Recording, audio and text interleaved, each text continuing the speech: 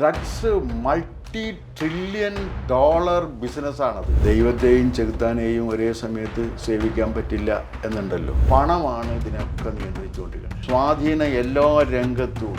അവർക്ക് വലിയ രീതിയിൽ പണം കൊടുക്കാൻ കഴിയും. പാഞ്ചാലിയുടെ വസ്ത്രാക്ഷേപം എല്ലാവർക്കും അറിയാം. കർണൻ വിധിക്കുകയാണ്, അടിമക്ക് മനുഷ്യാവകാശങ്ങളില്ല, അഴിക്കട തുണി. ഇത്രയും ബീഭത്സമായ വൃത്തികെട്ടൊരു രംഗം ഞാൻ എൻ്റെ ജീവിതത്തിൽ ഒരിടത്തും വായിച്ചിട്ടില്ല. ഇത് വായിച്ചതിൻ്റെ അടിസ്ഥാനത്തിൽ ആരെങ്കിലും ഒരു സ്ത്രീയുടെ തുണി പരസ്യമായിട്ട് ഉരിയാൻ വേണ്ടി ശ്രമിച്ച ചരിത്രം ഉണ്ടായിട്ടുണ്ട്? അതാണ് കലാസൃഷ്ടിയുടെ പ്രത്യേകത. അല്ല, സിനിമ ഒരു ജനകീയ മാധ്യമമാണ്. പക്ഷേ ഇവിടെ വയലൻസിനെയും ഡ്രഗ് യൂസിനെയും ഒക്കെ തീവ്രവാദത്തെയും മഹത്വവൽക്കരിച്ചുകൊണ്ട് അത് ചെയ്യണം എന്ന ഒരു പ്രേരണ കൊണ്ട് ഒരിക്കൽ പെട്ടുകഴിഞ്ഞാൽ ഇതിൽ നിന്ന് ഊരിപ്പോരാൻ കഴിയില്ല. ആ പഴയ കൊച്ചിയിൽ നിന്നും പുതിയ കൊച്ചിയിലേക്ക് എങ്ങനെ മാറി എന്ന് നോക്കുമ്പോൾ അതിൻ്റെ നടുക്ക് നിൽക്കുന്നത് ഈ ഡ്രഗ് മാഫിയയാണ്. ഇത് ഭ്രാന്തായി നാഡീവ്യൂഹത്തെ ആകെ തകർത്തിട്ട് വിഭ്രാമകരമായ ചില മാനസിക അവസ്ഥയിലേക്ക് ഇവനെ എത്തിക്കുകയാണ്. പിന്നെ അവൻ എന്ത് ചെയ്യും എന്നുള്ള കാര്യം അവന് പോലും അറിയില്ല.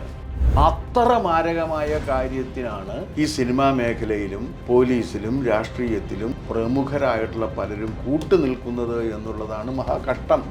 അവിടെയാണ് ഈ രോഷം വരുന്നത്. നമ്മളിപ്പോൾ ഹേമ കമ്മിറ്റി റിപ്പോർട്ട് കുറച്ച് മാസങ്ങൾക്ക് മുന്നേ പുറത്തു വന്ന സമയത്ത് അതിൽ നമ്മളെല്ലാവരും സംസാരിച്ചത് അതിൽ സ്ത്രീകൾ നേരിടുന്ന ബുദ്ധിമുട്ടുകളെ കുറിച്ചിട്ട് മാത്രമാണ്. എന്നാൽ ഈ ഹേമ കമ്മിറ്റിയുടെ ഒരു ഭാഗത്ത്, ആ റിപ്പോർട്ടിൻ്റെ ഒരു ഭാഗത്ത് ഈ സിനിമാ മേഖലയിലെ ലഹരിയെക്കുറിച്ച് വിശദമായി പറഞ്ഞിട്ടുണ്ട്. അതിനെക്കുറിച്ച് ആരും മിണ്ടിയില്ല. അതിനെക്കുറിച്ച് ആരും ഒറ്റ മാധ്യമവും അതിനെക്കുറിച്ചുള്ള ചർച്ച പോലും സംഘടിപ്പിച്ചില്ല. അതാണ് ലഹരി മാഫിയയുടെ സ്വാധീനം. മാധ്യമങ്ങളും ഇതിൻ്റെ സ്വാധീനത്തിലാണ്. പൈസയാണ് പ്രശ്നം, പണം. പുതിയ ദൈവം നമ്മളൊരു പുതിയ ദൈവത്തെ കണ്ടെത്തിയിട്ടുണ്ട്. ആ ദൈവത്തിൻ്റെ പേര് പണം എന്നാണ്. അതായത് ദുഃഖവെള്ളി ആയതുകൊണ്ട് യേശുദേവനെ കുറിച്ച് തന്നെ പറയാം. നിനക്ക് ദൈവത്തെയും ചെകുത്താനെയും ഒരേ സമയത്ത് സേവിക്കാൻ പറ്റില്ല എന്നുണ്ടല്ലോ. അപ്പോൾ പറയും, എന്നാൽ പിന്നെ ഞാൻ ഒരാളെ സേവിച്ചോളാം, അത് ചെകുത്താനെ ആയിക്കോളാം എന്ന് പറഞ്ഞപ്പോൾ ദൈവത്തെ ഒഴിവാക്കി എന്ന് തമാശക്ക് പറയുന്നുണ്ട്. ആ രീതിയിൽ പുതിയൊരു ദൈവം വന്നു. ആ ദൈവത്തിൻ്റെ പേര് പണം എന്നാണ്. ആ പണമാണ് ഇതിനൊക്കെ നിയന്ത്രിച്ചുകൊണ്ടിരിക്കുന്നത്. ഡ്രഗ്സിലാണ് ഏറ്റവും. Drugs $multi-trillion ബിസിനസ്സാണത്. അല്ലാണ്ട് ചെറിയ കാര്യമല്ല. $multi-trillion ബിസിനസ്സാണ്. അതിൻ്റെ സ്വാധീനം എല്ലാ രംഗത്തും ഉണ്ട്. അവർക്ക് വലിയ രീതിയിൽ പണം കൊടുക്കാൻ കഴിയും. അപ്പോൾ ഇവിടെ വന്ന് വെളുപ്പിന് ഈ എറണാകുളത്ത് ഡ്രഗ്സ് എത്തിയിട്ടുണ്ടെങ്കിൽ അത് തിരുവനന്തപുരത്ത് എത്തിക്കുന്നത് ഒരു പെൺകുട്ടിയും ഒരു ആൺകുട്ടിയും കൂടി ബൈക്കിലാണ് ബൈക്കാണ് അത് തിരുവനന്തപുരത്ത് എത്തിക്കുന്നത്. ഇവർ ബൈക്കിന് അവിടെ പോയിട്ടൊരു 3 മണിക്കൂർ 4 മണിക്കൂർ കൊണ്ട് ഇവർ ഈ സാധനം അവിടെ കൊണ്ടേ കൊടുത്ത് തിരിച്ചു വരുമ്പോഴേക്കും അവർക്ക് 20,000 രൂപയാണ് കൊടുക്കുന്നത്. ഒരാൾക്ക് 20,000 രൂപ വെച്ച് കൊടുക്കും. അപ്പോൾ അങ്ങനെ ഇവർക്കൊരു 10 ട്രിപ്പ് കിട്ടിക്കഴിഞ്ഞാൽ ജോലിക്കൊന്നും പോകണ്ട, ഒരു ജോലിക്കും പോകണ്ട, ഭയങ്കരമായിട്ട് കാശ് കിട്ടും. അത് ഇതിൻ്റെ ഒരു ഭാഗമാണ്. അപ്പോൾ ഇവർ ഇതിനകത്ത് ഒരിക്കൽ പെട്ട് കഴിഞ്ഞാൽ പിന്നെ ഇത് ഊരിപ്പോരാനും പറ്റില്ല.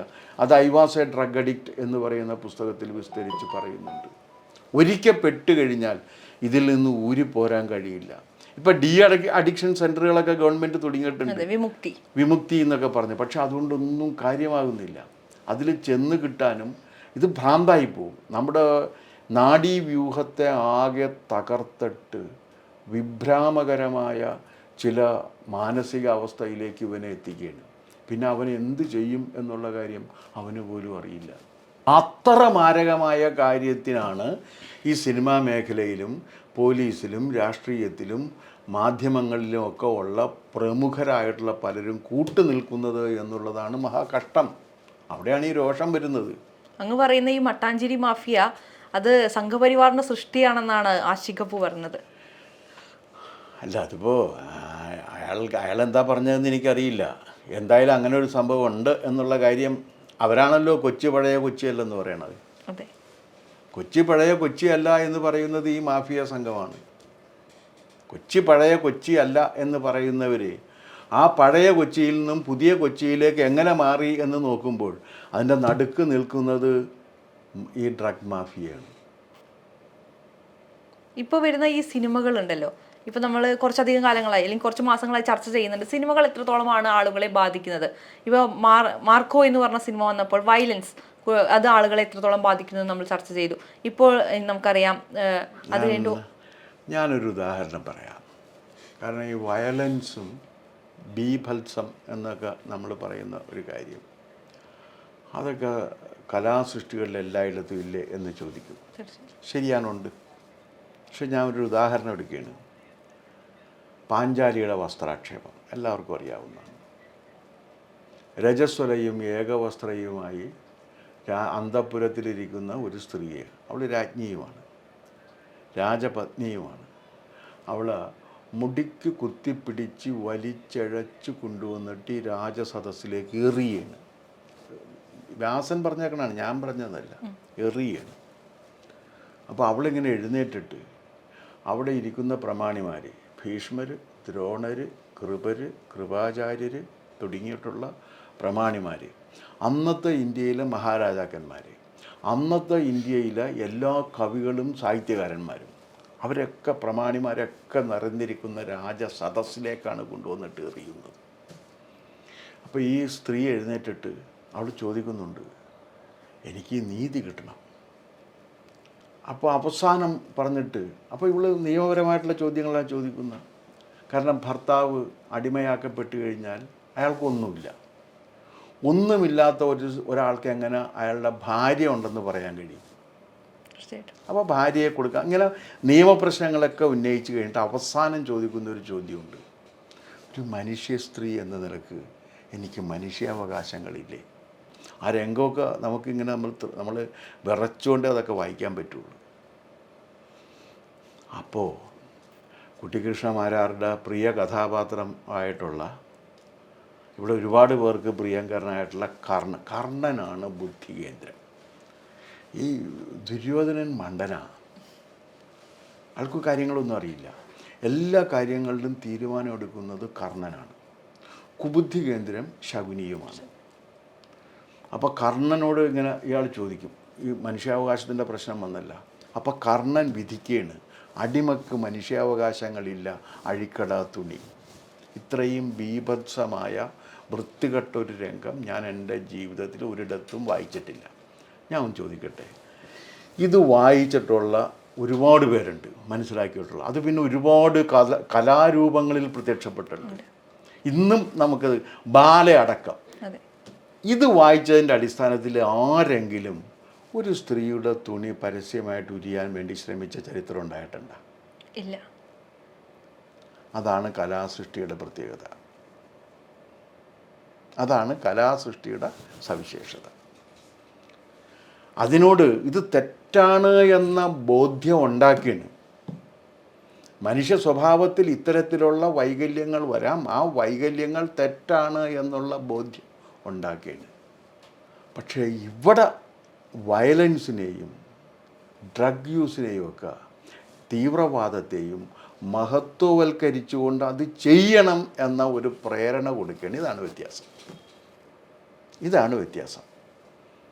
ഈ സിനിമാക്കാരെന്ന് പറയുന്നവരും സിനിമകളും എത്രത്തോളം ഒരുപാട് പേരെ ഇൻഫ്ലുവൻസ് ചെയ്യുന്നതാണ്? അല്ല, സിനിമ ഒരു ജനകീയ മാധ്യമമാണ്. പക്ഷെ അതിൻ്റെ കാലം കഴിയാണ്, ഇനി അധിക കാലമില്ല. എന്താ കാര്യം എന്ന് വെച്ചാൽ, എൻ്റെ ചെറുപ്പത്തിൽ നാടകങ്ങളായിരുന്നു. ഉത്സവപ്പറമ്പുകളിലും നാട്ടിൻപുറങ്ങളിലുമൊക്കെ നാടകങ്ങൾ കാണാൻ വേണ്ടി ആളുകൾ തടിച്ചു കൂടിയിരുന്ന് കാണുന്നുണ്ട്. അത് കഴിഞ്ഞിട്ട് കഥാപ്രസംഗം വരെയാണ്. 10,000-10,000 പേരൊക്കെ ഈ സാംബശിവൻ്റെയും കലാമംഗലത്തിൻ്റെയും ഇടക്കൊച്ചി പ്രഭാകരൻ്റെയും ഒക്കെ കഥാപ്രസംഗം കേൾക്കാൻ ഈ പ്രദേശത്ത് കൂടി ഞാനും അതിനകത്ത് പോയിരുന്ന് കേട്ടിട്ടുണ്ട്. അന്നതൊരു വിദ്യാഭ്യാസ പരിപാടി കൂടിയായിരുന്നു. കാരണം ഈ നമ്മുടെ സംസ്കാരത്തിൻ്റെ ഭാഗമായിട്ടുള്ള ഭാരതത്തിൻ്റെയും രാമായണത്തിൻ്റെയും കഥാസന്ദർഭങ്ങൾ മാത്രമല്ല, ലോക സാഹിത്യത്തിലെ മഹത്തായ കൃതികളെ പരിചയപ്പെടുത്തിയതൊക്കെ അവരാണ്.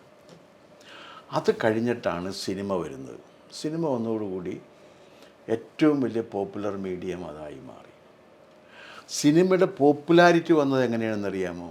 സിനിമയുടെ പോപ്പുലാരിറ്റി വന്നത് കൊട്ടകയിൽ നിന്നാണ്. ഇപ്പം നാട്ടുമ്പുറം ഒരു പഞ്ചായത്തിൽ മിനിമം 2 തിയേറ്ററെങ്കിലും ഉണ്ടായിരുന്നു. ചെറിയ ഓലക്കെട്ടറോണ് തിയേറ്റർ. അവിടെയാണ് ആളുകളൊക്കെ പോയിരുന്ന് സിനിമ കാണുന്നത്. നഗരത്തിൽ ആദ്യം ഉണ്ടായിരുന്നത് മേനക ഉണ്ട്, ശ്രീധർ വന്ന്, മേനകയും ശ്രീധറുമായിരുന്നു ആദ്യം ഉണ്ടായി. പിന്നെ പത്മ വന്ന്, അത് കഴിഞ്ഞ് ഷേണോയിസ് വന്ന്, അത് കഴിഞ്ഞിട്ട് ഈ സരിത സവിത സംഗീത വന്ന്, ഇങ്ങനെ തിയേറ്ററുകൾ വരെയാണ്. പക്ഷെ അപ്പോഴും ഈ കലൂര് തുടങ്ങി പച്ചാളം, കലൂര്, എടപ്പള്ളി തുടങ്ങി ഈ പ്രദേശങ്ങളിലൊക്കെ തിയേറ്ററുകളുണ്ട്. A class, B class, C class എന്ന് പറഞ്ഞിട്ട്. ഈ കൊട്ടകയിലുള്ള മനുഷ്യർ ഇരുന്നിട്ടാണ് സൂപ്പർ താരങ്ങൾ സൃഷ്ടിച്ചത്. അവരാണ് പ്രേം നസീർ വരുമ്പോൾ എഴുന്നേറ്റ് നിന്ന് വിസിലടിച്ച് കൈയടിക്കുന്നത്. അവരാണ് MGR വരുന്ന സമയത്ത് അവിടെ നിന്ന് തുള്ളുന്നത്. അവരാണ് സൂപ്പർ താരങ്ങളെ സൃഷ്ടിച്ചത്. ഇനി അതിന് സ്കോപ്പില്ല. ഇപ്പോൾ മോഹൻലാലിനെ പോലെയുള്ളൊരു നടൻ, ഒരു അഭിനയത്തിൻ്റെ കാര്യത്തിൽ അയാൾ അങ്ങേരുടെ അഭിനയം എന്താണെന്ന് ചോദിച്ചു കഴിഞ്ഞാൽ എല്ലാവർക്കും അഭിനയിക്കേണ്ടി വരും. ഇയാൾക്കത് വേണ്ടി വരില്ല. ഇയാൾ ക്യാമറയുടെ മുമ്പിൽ നിന്ന് കഴിഞ്ഞാൽ അഭിനയം അയാളുടെ കൂടെ ചെല്ലും. അതാണ് വ്യത്യാസം. എല്ലാവർക്കും അഭിനയത്തെ കൊണ്ടുവരേണ്ടി വരും. ഇയാളങ്ങനെയല്ല. ഇയാൾ ക്യാമറയുടെ മുമ്പിൽ നിന്ന് കഴിഞ്ഞാൽ അഭിനയം അയാളുടെ കൂടെ ചെന്നിട്ട് വളരെ ഇത്രയും അതിസൂക്ഷ്മമായിട്ടുള്ള രീതിയിൽ സൂക്ഷ്മാഭിനയത്തിൻ്റെ ഒരു ചക്രവർത്തി എന്നൊക്കെ വേണമെങ്കിൽ നമുക്ക് വിശേഷിപ്പിക്കാം. അത്ര സ്നിഗ്ധതയുള്ള അഭിനയം അങ്ങേർക്കുണ്ട്. പക്ഷേ അങ്ങേരെയും താരപ്രഭയോടുകൂടി താരമാക്കി മാറ്റിയത് ഈ സൂക്ഷ്മാഭിനയം കണ്ടിട്ടുള്ളവരല്ല, മറിച്ച് കൊട്ടകയിൽ പോയിട്ടുള്ളവരാണ്. ഇപ്പോൾ കൊട്ടകയില്ല. കൊട്ടകയ്ക്ക് പകരമുള്ള സ്ക്രീനാണ്. ഒരു സ്ക്രീനിലെന്ന് പറഞ്ഞാൽ എത്ര പേര്, 50 പേരാ 100 പേരൊക്കെയാണ് ഒരു സ്ക്രീനിൽ വരുന്നത്. ഇപ്പം ഈ ചിറ്റൂർ റോട്ടിൽ ഏതോ ഒരു സ്ഥലത്തൊരു ഒരു സ്ക്രീൻ വന്നു എന്ന് കഴിഞ്ഞ ദിവസം എൻ്റെ അടുത്ത് ആരോ പറഞ്ഞു. 50 പേര് 100 പേരൊക്കെയാണ് ഉള്ളത്.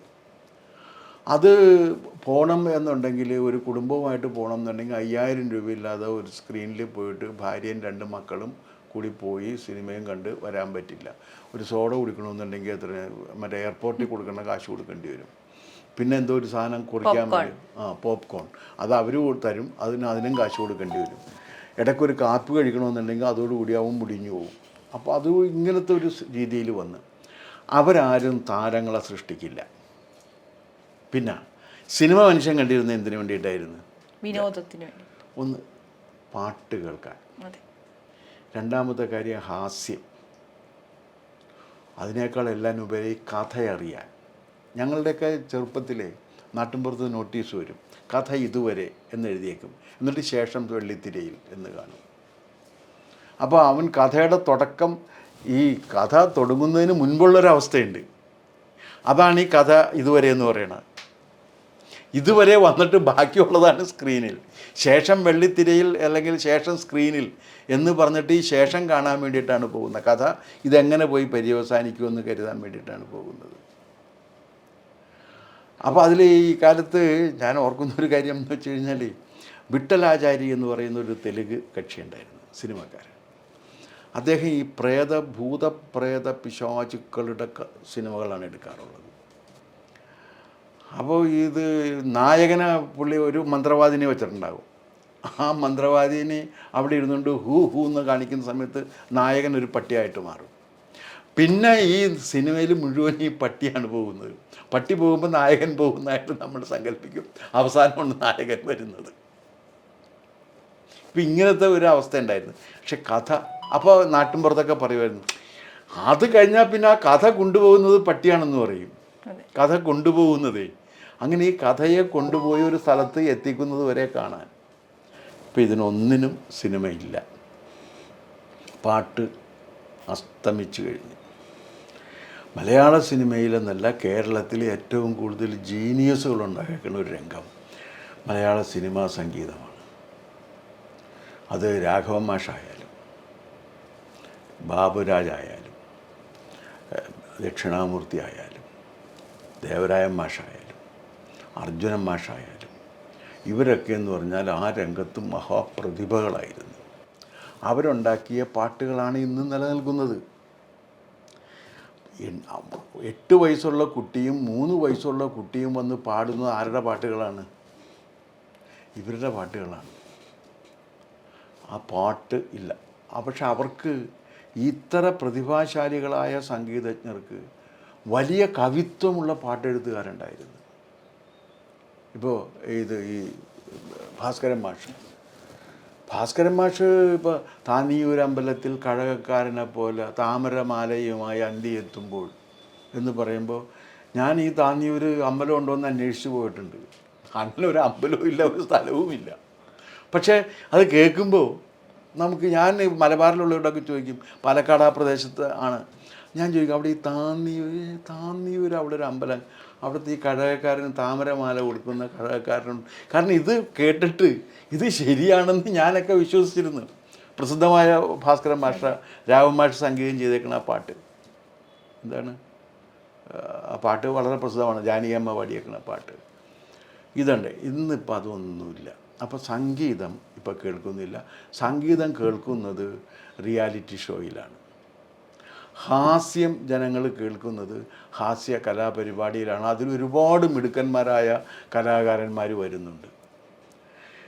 അവർ തെളിയിച്ചൊരു കാര്യം എന്ന് പറഞ്ഞാൽ, ഇപ്പോൾ നമ്മളൊരു ചീഫ് സെക്രട്ടറിക്ക് മാർച്ച് സാധാരണഗതിയിൽ മാർച്ച് മാസത്തിൽ എന്ന് പറഞ്ഞാൽ ഒരു ചീഫ് സെക്രട്ടറിക്കും ഒന്നിനെക്കുറിച്ച് ആലോചിക്കാൻ സമയം കിട്ടില്ല. എന്താ കാര്യം എന്ന് വെച്ച് കഴിഞ്ഞാൽ, അത് സാമ്പത്തിക പ്രതിസന്ധി കൂടി ഒരു സംസ്ഥാനം അഭിമുഖീകരിച്ചുകൊണ്ടിരിക്കുകയാണെങ്കിൽ ചീഫ് സെക്രട്ടറിക്ക് ആഫീസിലിരിക്കാനും പറ്റില്ല. കാരണം ഈ മാർച്ച് മാസം ആയിക്കഴിഞ്ഞാൽ സാമ്പത്തിക പ്രതിസന്ധി വന്നാൽ IAS ഉദ്യോഗസ്ഥരായ സെക്രട്ടറിമാർ ആഫീസിലിരിക്കില്ല. കാരണം ആഫീസിലിരുന്ന ആളുകൾ വരും, ആളുകളോട് സമാധാനം പറയാൻ പറ്റില്ല. അപ്പോൾ മാർച്ച് 31 വരെ അവരിങ്ങനെ പോകുന്ന സമയത്ത് അവരെല്ലാവരും പ്രശ്നത്തിലായിരിക്കും. അപ്പോഴാണ് നമ്മുടെ ചീഫ് സെക്രട്ടറിക്ക് ഒറ്റ പ്രശ്നം വന്നത്, അവർ കറുത്തതാണ് എന്ന് അവരുടെ ആളുകൾ ആരോ പറയുന്നു എന്നുള്ളതാണ് അവരുടെ വലിയ പ്രശ്നം. നമുക്കൊരുപാട് കർമ്മന്മാരെ ഞാൻ കണ്ടിട്ടുണ്ട്, ഒരുപാട് പേരുണ്ട് വലിയ കർമ്മന്മാർ. ദേവൻ മാഷ്, MV ദേവൻ, എല്ലാ നിറങ്ങളുടെയും ആത്മാവ് കണ്ട ദേവൻ നല്ല കറുമ്പനായിരുന്നു. അപ്പോൾ ഞാനിടയ്ക്ക് അദ്ദേഹത്തെ കളിയാക്കും. കൃഷ്ണദേവൻ എന്നല്ല, കൃഷ്ണൻ എന്ന് പറഞ്ഞാൽ കറുമ്പൻ എന്നാണല്ല. അപ്പോൾ കൃഷ്ണദേവൻ എന്ത് പറയുന്നു എന്ന് ചോദിക്കും. അപ്പോൾ പറയും, നീ വരട്ടൊന്നും വേണ്ടടാ, 7 അഴകാണ് കറുപ്പിന് എന്ന് പറയും. പക്ഷെ അതൊരാളുടെ മാനസികമായി ഒരാളെ ബുദ്ധിമുട്ടിക്കുമ്പോഴാണ് പ്രശ്നം വരുന്നത്. അല്ല, ഇത് അങ്ങനെയല്ല. ഞാൻ ചോദിക്കട്ടെ, ഇത് നിങ്ങളതിനെ എങ്ങനെ കാണുന്നു എന്നതും ഒരു പ്രശ്നമാണ്. നിങ്ങളെങ്ങനെ കാണുന്നു എന്നുള്ളത് നിങ്ങളുടെ ജീവിതത്തിലെ എന്തിൻ്റെയും പ്രശ്നമാണ്. ഞാൻ ചോദിക്കട്ടെ, ആ മാമുക്കോയ അഭിനയിക്കുന്ന സമയത്തോ അങ്ങനോട് സംസാരിക്കുന്ന സമയത്തോ തനിക്ക് വേണ്ടത്ര സൗന്ദര്യമില്ല എന്നൊരു ഇൻഫീരിയോറിറ്റി എപ്പോഴെങ്കിലും തോന്നിയിട്ടുണ്ടോ? എനിക്ക് തോന്നിയിട്ടില്ല. ഞാൻ സംസാരിച്ചിട്ടുണ്ട് അങ്ങനോട്. ഇല്ല, മാമുക്കോയെ നമുക്ക് എല്ലാവർക്കും ഇഷ്ടമല്ലേ? എപ്പോഴും തോന്നിയിട്ടുണ്ട്. അല്ല, അത് നമുക്ക് പറയുന്ന രീതി ഉണ്ടല്ലോ. ഇപ്പോൾ അങ്ങിപ്പോൾ എന്നോട് പറഞ്ഞ രീതി അത് വളരെ എന്താ പറയുക, തമാശ കലർന്ന അല്ലെങ്കിൽ എനിക്ക് മനസ്സിലാകുന്ന രീതിയിലാണ്. നേരെ മറിച്ച് എന്ത് കർമ്മനാ നീ എന്ന് നമ്മൾ ആ പറയുന്ന ടോണിനും വ്യത്യാസമുണ്ട്. ഇനി അതാണെങ്കിൽ തന്നെ ഇന്ത്യയിൽ കറുപ്പാണ് ഏറ്റവും വലിയ നിറം. രാവണൻ കറുമ്പനായിരുന്നു, ശ്രീരാമൻ കറുമ്പനായിരുന്നു, ശ്രീകൃഷ്ണൻ കറുമ്പനായിരുന്നു. ഇന്ന് കാമുകി എന്ന് പറയാവുന്ന ഒരു നിത്യകാമുകിയുള്ളൂ, അത് രാധയാണ്. രാധ കറുമ്പിയായിരുന്നു. മനസ്സിലായില്ലേ? കേരളത്തിൽ തന്നെ എത്ര പേരുണ്ട്. സത്യൻ കറുമ്പനായിരുന്നു. അപാര സുന്ദരിയായ ശാരദ കറുമ്പിയായിരുന്നു, അപാര സുന്ദരിയായിരുന്നു. ഈ വെളുപ്പാണ് സൗന്ദര്യം എന്നുള്ളത്, ഞാനൊരു വെളുത്ത കുട്ടിയോട് സംസാരിക്കുമ്പോൾ വെളുപ്പാണ് സൗന്ദര്യം എന്നുള്ളത് മലയാളിയുടെ ഒരു സങ്കല്പം മാത്രമാണ്. മലയാളത്തിൽ അല്ലെങ്കിൽ ആർക്കാ വെളുപ്പുള്ളത്? കേരളത്തിൽ ഒരുതരം ബ്രൗണിഷ്. അത് നമ്മുടെ ഇന്ത്യൻ നിറം എന്ന് പറയുന്നത് ബ്രൗണിഷാണ്, അല്ലാണ്ട് ഒരു വെളുത്തതൊന്നുമല്ല. പക്ഷെ അങ്ങനെ വെളുപ്പിനേക്കാൾ കൂടുതൽ ഈ ഒരു ഗോതമ്പിൻ്റെ നിറത്തിനൊക്കെയാണ് ഇന്ത്യയിൽ ഭംഗി. സൗന്ദര്യം ചില വെളുപ്പിനൊക്കെ കണ്ടിട്ടുണ്ടെങ്കിൽ പിന്നെ ആ പ്രദേശത്തൂടി മനുഷ്യനെ പോകില്ല. അപ്പോൾ അതുകൊണ്ട് അതല്ല ഞാൻ പറഞ്ഞു വരുന്നത്, ഓരോരുത്തർ എങ്ങനെ കാണുന്നു എന്നുള്ളതാണ്. ഇതിനെക്കുറിച്ചാണ് പറയുന്നത്. നിങ്ങളെങ്ങനെ കാണുന്നു എന്നുള്ളതാണ് ഇതിനകത്ത് ഏറ്റവും വലിയ പ്രശ്നം. അപ്പോൾ ഇങ്ങനെയുള്ള വലിയ പ്രതിഭകളുണ്ടായിരുന്നു, ഇനിയിപ്പോൾ അതില്ല. അപ്പോൾ ക്രമേണ സിനിമ അപ്രസക്തമായിട്ട് മാറും. അതാണിപ്പോൾ സംഭവിക്കാൻ പോകുന്നൊരു കാര്യം. സിനിമ തന്നെ അപ്രസക്തമാകും. അപ്പോൾ എനിക്ക് തോന്നുന്നു അവസാനത്തെ സൂപ്പർ താരങ്ങൾ, അല്ലെങ്കിൽ സൂപ്പർ താരങ്ങളല്ല, വലിയ ഈ ഇൻഡസ്ട്രിയെ നിയന്ത്രിച്ചുകൊണ്ടിരുന്ന ആദ്യത്തെ മലയാള ഇൻഡസ്ട്രിയെ നിയന്ത്രിച്ചുകൊണ്ടിരുന്നൊരു സൂപ്പർ താരം എന്ന് പറഞ്ഞു കഴിഞ്ഞാൽ ഒരു സൂപ്പർ താരം ഉണ്ടായിട്ടുള്ളതെന്നാണ് എൻ്റെ പക്ഷം. അത് പ്രേം നസീറായിരുന്നു. 30 കൊല്ലം ഈ ഇൻഡസ്ട്രിയെ നിലനിർത്തി. ഒരു സൂപ്പർ താരത്തിൻ്റെ ഏറ്റവും വലിയ ദൗത്യം ഞാൻ മനസ്സിലാക്കിയെടുത്തോളം ഈ വ്യവസായത്തെ നിലനിർത്തുക എന്നുള്ളതാണ്. കാരണം ഒരു 10% പേരെ മാറ്റിവെച്ച് കഴിഞ്ഞാൽ ബാക്കി ഇതിൽ പണിയെടുക്കുന്ന 90% പേരും ദരിദ്രരാണ്. അപ്പോൾ ആ ഒരു വലിയ വിഭാഗത്തെ പ്രൊട്ടക്റ്റ് ചെയ്ത് നിലനിർത്തുന്ന ബാധ്യത കൂടി സൂപ്പർ താരത്തിനുണ്ട്. പക്ഷേ ഇപ്പോഴത്തെ സൂപ്പർ താരങ്ങൾക്ക് ആർക്കും അത്തരത്തിലുള്ളൊരു ബാധ്യത ഇല്ല എന്നുള്ളതാണ് വസ്തുത. അതാണ് പ്രേം നസീറും ഇവരൊക്കെ തമ്മിലുള്ളൊരു വ്യത്യാസം. അപ്പോൾ ആ ഒരു കാലം കഴിഞ്ഞ് ഈ കാലവും കഴിഞ്ഞ് സിനിമ തന്നെ ഇല്ലാതെ ആയിക്കൊണ്ടിരിക്കുകയാണ്.